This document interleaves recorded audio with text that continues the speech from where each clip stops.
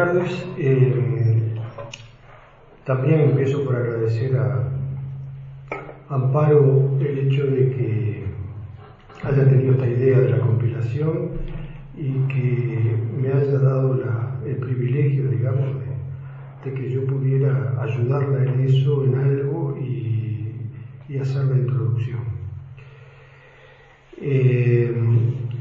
Comparto, suscribo todos los conceptos vertidos por Laura. También voy a empezar también por ahí, por algo medio autobiográfico. Flo fue mi docente de filosofía cuando yo tenía 16 años y él 32, en el Liceo Bauzá, 1962. Fue mi primer profesor, mejor dicho, di con Flo el primer examen de mi vida, porque en el liceo no había dado exámenes. Y él fue el profesor mío en primero preparatorio de arquitectura y fue el primer examen que di. De ahí en más, seguí más o menos vinculado con él en el tiempo.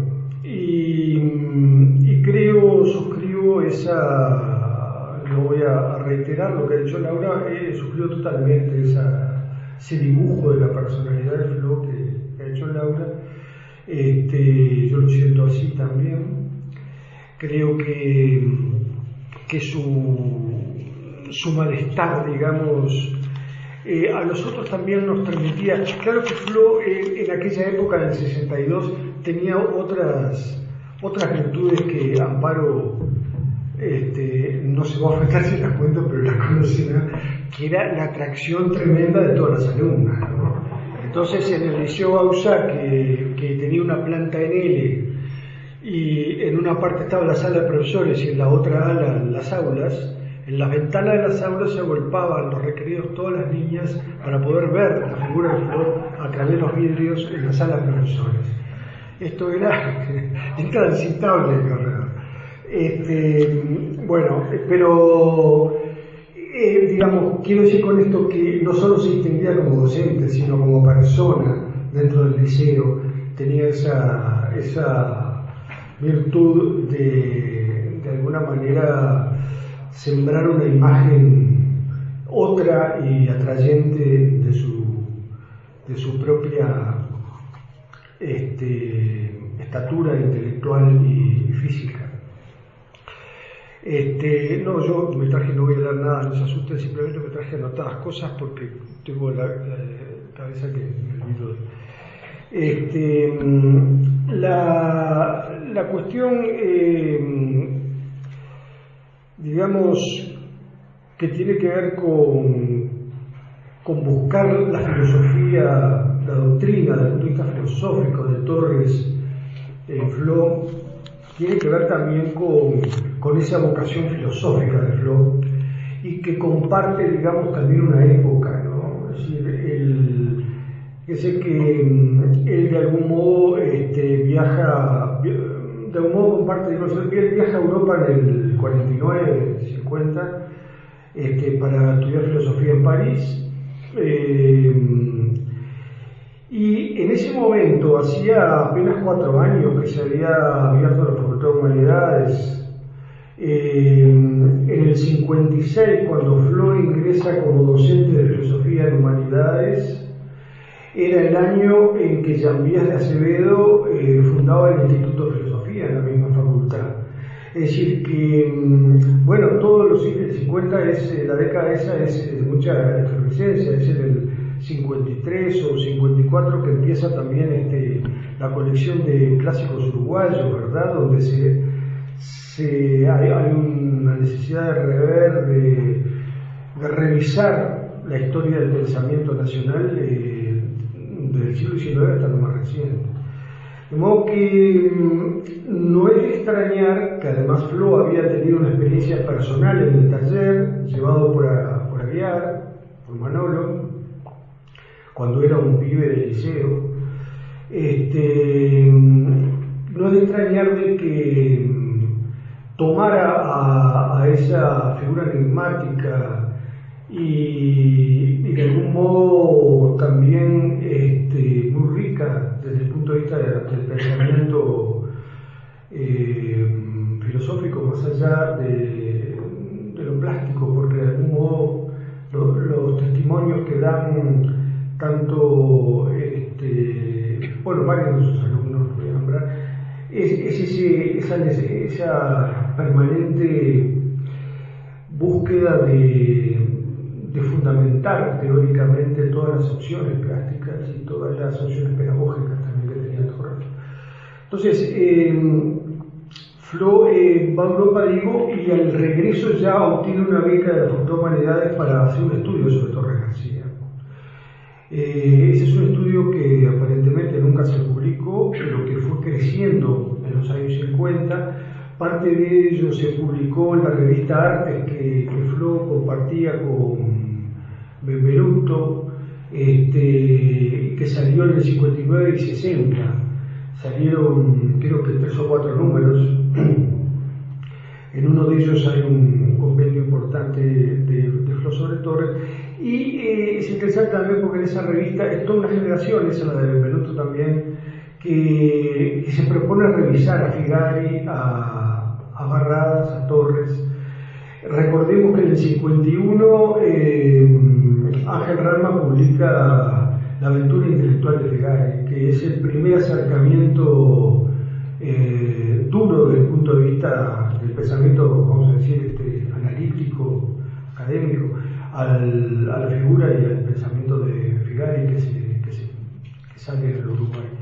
Es decir, que digo esto en el sentido de que estos orígenes del interés de Flo por Torres se inscribe también en un ámbito cultural e intelectual uruguayo que buscaba las raíces y a su vez las reconsideraba en una actualidad de los años 50 muy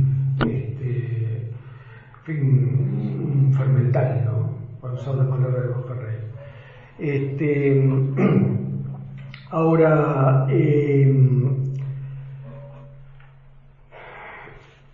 hay algo que recién en el 74, cuando se cumplen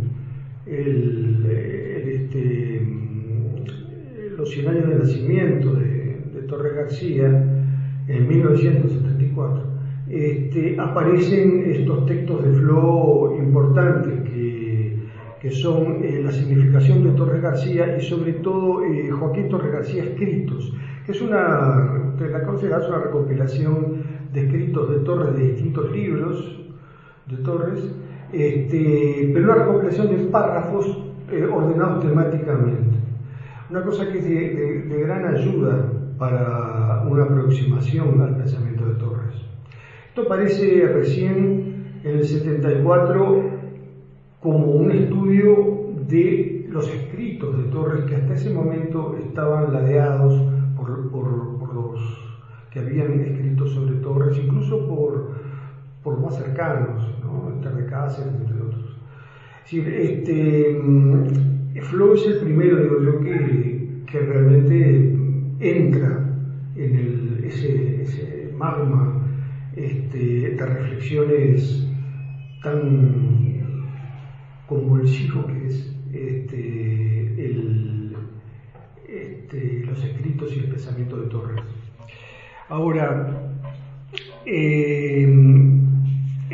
luego, a partir de la década de los 80, está esa emergencia mundial, vamos a decir, de la obra de Torres por un problema de mercado, ¿verdad? En los años 80 parece una revisión que hacen el mercado, los coleccionistas, etcétera, de casi todas las vanguardias europeas y sobre todo latinoamericanas, y Torres es reconsiderado y revalorizado en términos de mercado de una manera muy notoria, ¿no? Y esto hace también que a partir de los 80 aparezcan muchos textos críticos en el sentido de analíticos, sobre la obra de Torres de parte de distintos agentes del campo cultural europeo y sobre todo también norteamericano. Justamente a fines de la década del 90, cuando en Texas se hace la exposición de Torres, que primero se hace en el Reina Sofía, ¿verdad? Y después se hace en la Museo de la Universidad de Texas, que lo organiza Ramírez, Mari Carmen. Allí ya estamos en un mapa en el cual es invitado Flo. Y me iba a referir a esto también en términos anecdóticos. Estamos en un mapa, digamos, en el cual la visión predominante de Torres es eurocéntrica, ¿verdad? No hay una visión latinoamericana, y menos con la profundidad con la que la estaba manejando Flo en ese momento.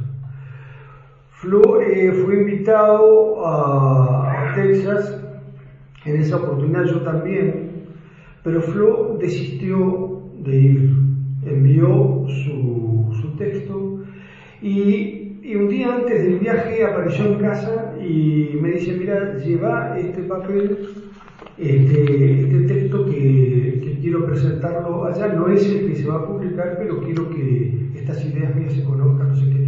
Yo estaba con un montón de cosas en la cabeza y no lo leí, el texto de Flo. No bien llegué al día siguiente de llegar a Austin, en el hotel, el desayuno, repartía todos el papel. Había hecho copias, hice hacer copias ahí y lo repartía todos.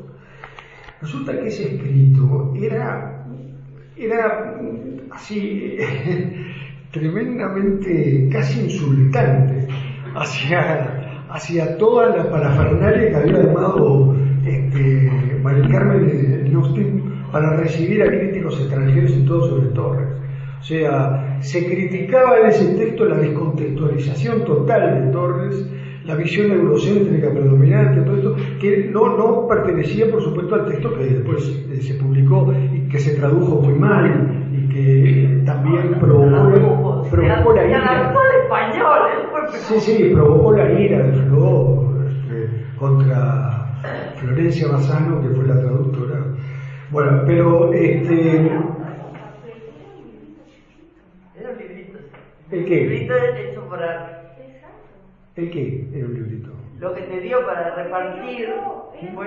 No, perdón, no. El libro de Arca se hizo mucho después del encuentro. No, fue lo que llevaste. Sí, exacto. Pero lo que está publicado en Arca es la ponencia de él. Yo no llevé la ponencia de él. No, lo que está publicado en Arca es el texto que Ramírez adaptó a un nuevo español porque le parecía confuso. Esa fue la traducción que hizo Bassano. La traducción, esa adaptación. Sí, la traducción en inglés está bien. Sí, lo que está bien es la adaptación en español. Estás hablando, Amparo, del texto que se publicó. Yo estoy hablando de una cosa lateral que Flo hacía una crítica que prácticamente me lo dio para que yo lo entregara allí, pero después entendí que lo que él quería era que yo se lo diera a Mari Carmen, para que Mari Carmen entendiera por qué no iba, porque estaba desconforme con ese ámbito. Pero no es el texto se publicó, lo publicó Arca, todo eso. Pero yo llevé un papel que simplemente le hice hacer copias por Andrea Giunta, que me ayudó a hacer las fotocopias ahí en el mismo hotel. Y la repartí de todo. Y la repartí en el desayuno. Y era un papel, claro, donde decía por qué no iba, y entonces hacía una crítica radical a todo lo que, a esa convocatoria. Y yo me desayuné del problema por la presión de todo el mundo que me ayudaron con el... Todos te desayunaron. Claro, sí.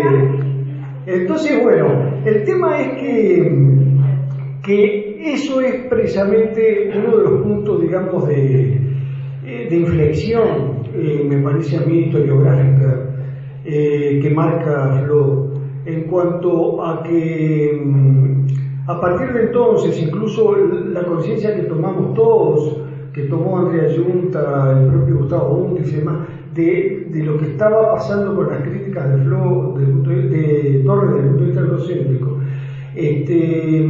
fue un punto de inflexión para tomar otra perspectiva hacia Torres desde América Latina. Y esto es, digo yo, una actitud fundacional de Flo. Y entonces por eso para mí tiene muchísimo valor como como señalaba Laura, el texto ese del 91 que se llama Torres García en y desde Montevideo, ¿no? Es un texto fantástico porque además ahí Flo se anima a hacer una síntesis muy precisa de todos sus conceptos. Si bien es un texto muy largo, pero no hay reiteraciones y hay una concisión conceptual muy grande, de por qué, y ahora me voy a referir a eso después, por qué para él Montevideo es la etapa clave de Flo. Ya adelantó algo en ese sentido Laura. Porque incluso en ese simposio de Austin se veía que aún las visiones latinoamericanistas de Torres, la que sostenían algunos argentinos, algunos artistas, sobre todo Paternoster y otros, era en el sentido incluso indigenista, o sea, tomar la parte de acercamiento al precolombino de Flo de Torres. Miren si será cierto esa coincidencia que señalaba Laura,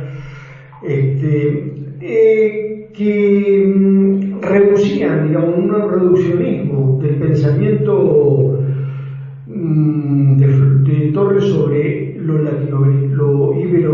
indoamericano como una de las formas de la gran tradición universal, lo reducían a un problema de identidad latinoamericana, ¿no? O sea, se veía en esa postura de Torres un tema de identidad.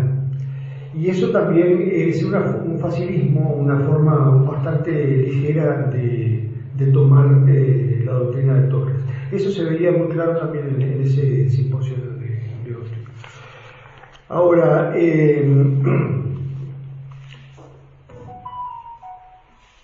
había también la necesidad de introducir, eso no podemos nunca dejar de tomar en cuenta, para los norteamericanos, la necesidad de introducir una visión específica de la cultura latinoamericana para las academias y los estudios culturales anglosajones, ¿no? O sea, era un poco tirar al piste en el suelo de las universidades norteamericanas para que creciera pastito para poder trabajar en papers después sobre Torres García y compañía. Ahora, algo de esto lo decía Flo también en ese papelito. Ahora, ¿por qué cuando Amparo me preguntó qué título ponerle al libro, yo le sugerí de Torres García, La crisis del arte moderno? Porque justamente, como señalaba Laura, Torres toma, no voy ahora a entrar demasiado en esto, pero digo, Flo considera que Torres en Nueva York toma conciencia de algo, que al escribirle a Llongueras, un amigo del catalán, le dice que tiene un gran secreto en un libro que está escribiendo, ¿no? Flo sospecha que ese libro, que nunca se editó como libro, pero que es Hechos, que había sido comenzado en Cataluña y proseguido en Nueva York,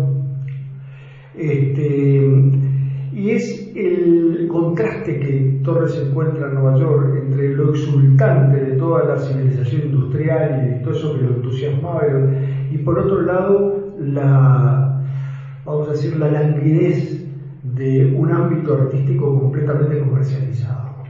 Entonces,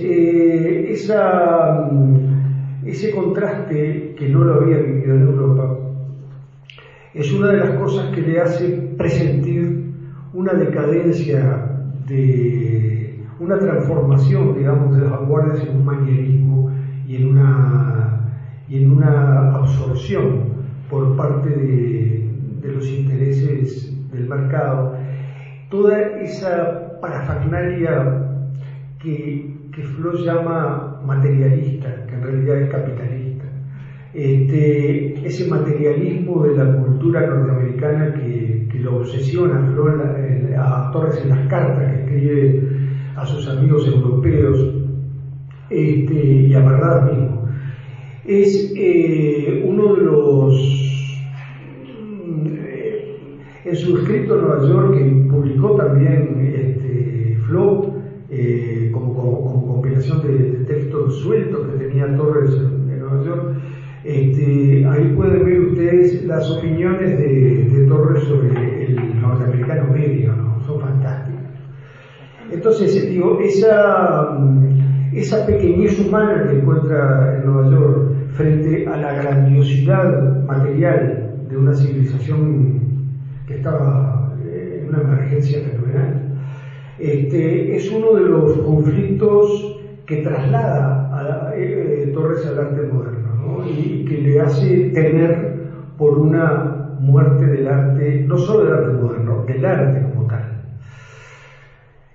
Curiosamente, digo, esta es una de las ideas que tiene Flo, ¿sí? Es decir, Flo considera que a partir de los 60 muere el arte, ¿verdad? Digo, es un poco y una idea muy respetable, muy legítima.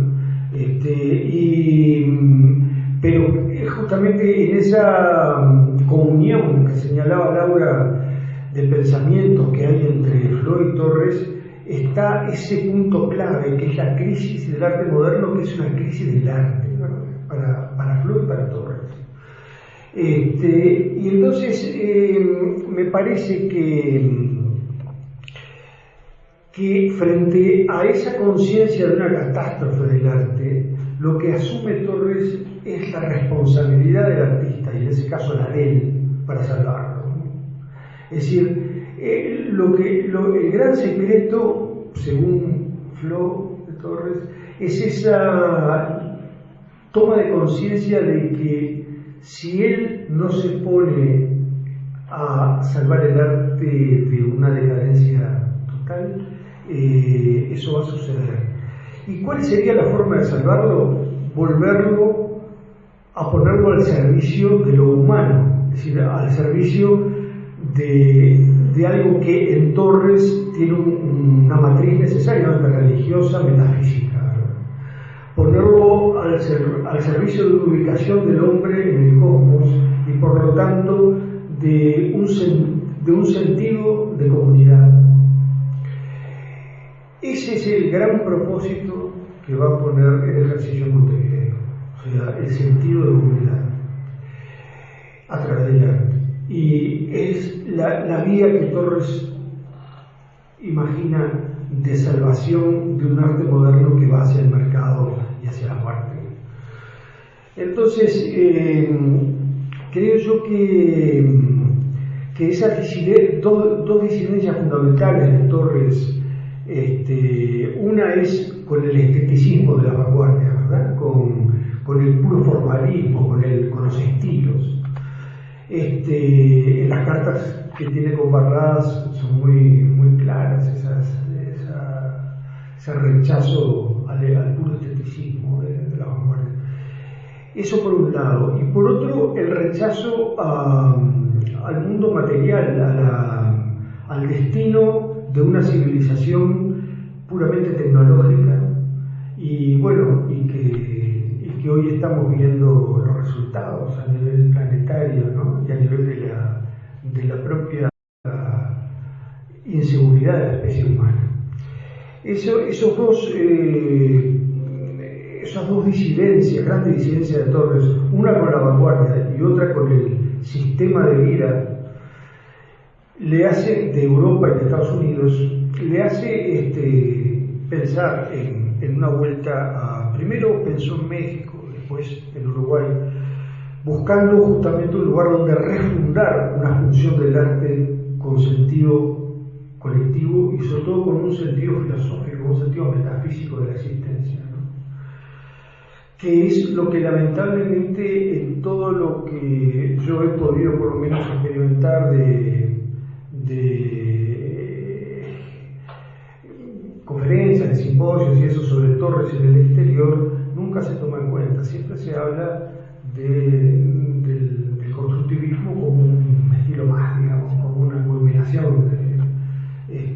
de su experiencia con la vanguardia, pero hay un trasfondo filosófico de necesidad de rescatar a la especie humana, si se quiere, de una catástrofe, que por supuesto que comparte con las utopías vanguardistas europeas el hecho de pensar de que el arte podría rescatar a la especie humana, pero eso es otro problema. Es decir que hay, digamos, dentro del libro algunas tesis fundamentales. Una, me parece a mí que es esa, la centralidad de la experiencia de Montevideo, porque es, aun cuando fracasa, aun cuando en su conferencia de 1940 da cuenta de un fracaso personal, porque él pensaba que el arte constructivo iba a ser un arte colectivo que iba a prender como la llama, y no fue así. O sea, los pintores reclamaban paisajes y todo lo demás, pintura de Caballete. Él no se por eso digo, abre el taller Torre García justamente buscando esa otra perspectiva, pero la perspectiva primera, la de la Asociación de Arte Constructivo, no cuaja, digamos, como objetivo final. Y no cuaja en el sentido de que ese vínculo de poner al arte otra vez en función de un religare, ¿verdad? De una religión en el sentido de religare, de poder fundar comunidad a través del arte, no fue posible en el Uruguay del 40 y del 30. Entonces, allí, digamos, de todos modos, en la intención queda claro que aquel gran secreto que Torres le decía a Jungueras que había encontrado, del cual había tomado conciencia en Nueva York, que era el de la muerte del arte y el de la necesidad suya de hacer algo por eso, lo pone en práctica en Montevideo y no en otro lugar. Busca primero España, donde quería un pequeño grupo, efectivamente, ¿no? Entre los que estaba allí, que después viene para acá con él, pero eso no pasa de una anécdota, ¿no? Entonces, por un lado está la centralidad esa de la experiencia montevideana entre las tesis de Duflo. La otra es la relación de Torres García con la vanguardia, esa relación problemática de acercamiento a esa actitud, digamos, renovadora y de algún modo profundamente crítica de las vanguardias, pero por otro lado el rechazo a su esteticismo, a su puro formalismo. Claro que también respetaba la teosofía y en ese sentido el trasfondo filosófico de Mondrian, lo respetaba mucho, y el de Kandinsky.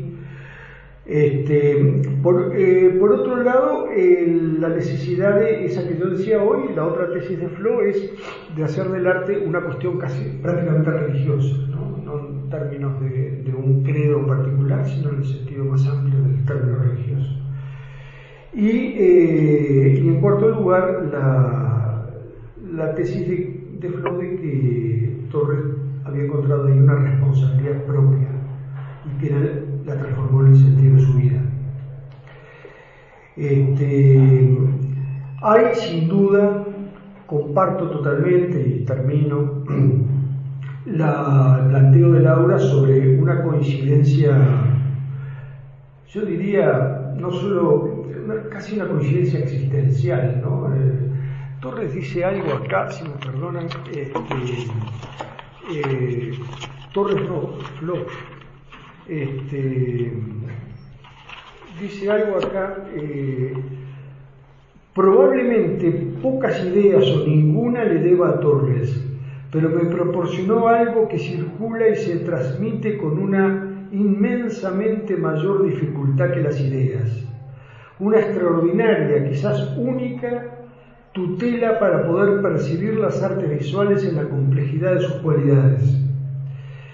Y si bien no me proporcionó ideas, la extraordinaria, lo cual dudo, en la complejidad de sus cualidades. Y si bien no me proporciona idea, la extraordinaria historia de las suyas, cruzadas de manera reveladora y única con los problemas del arte contemporáneo, me permitió reflexionar acerca de esos problemas, lo que equivale a decir que me proporcionó la única manera de reflexionar adecuadamente sobre los problemas de todo el arte. Allí está, digamos, esa comunión entre, porque en definitiva el flow filósofo que abarca muchos campos tiene un centro de gravedad que es la filosofía del arte, ¿no? Y en ese sentido allí hay un diálogo permanente con Torres, que justamente me parece uno de los sentidos de la publicación de este libro, ¿no? Es un diálogo secreto también, ¿no? Y yo creo también que, para terminar, digo, la importancia de este libro está también en su potencial para aterrizar a un campo de complejidades múltiples el pensamiento y la obra de Torres y sacarlo de ese facilismo, de esa cosa tan agobiante que es el pensar que Torres son los cuadraditos, el barquito y el pececito, ¿no? Que está tan divulgado a nivel artesanal y todo esto, y que no, sin desmerecer eso, pero digo, se ha tomado como el único legado, cuando hay un legado mucho más profundo de lo que quiso Torres fundar aquí, y que tiene que ver con el destino del arte en general y con el proceso propio incluso del arte contemporáneo, ¿no? Bueno, es eso. Gracias por acá. Yo creo que el aplauso tiene que ser para Flo, y quien acá está pidiendo un aplauso es el fantasma de Juan Flo, que está en su casa pero que está con nosotros.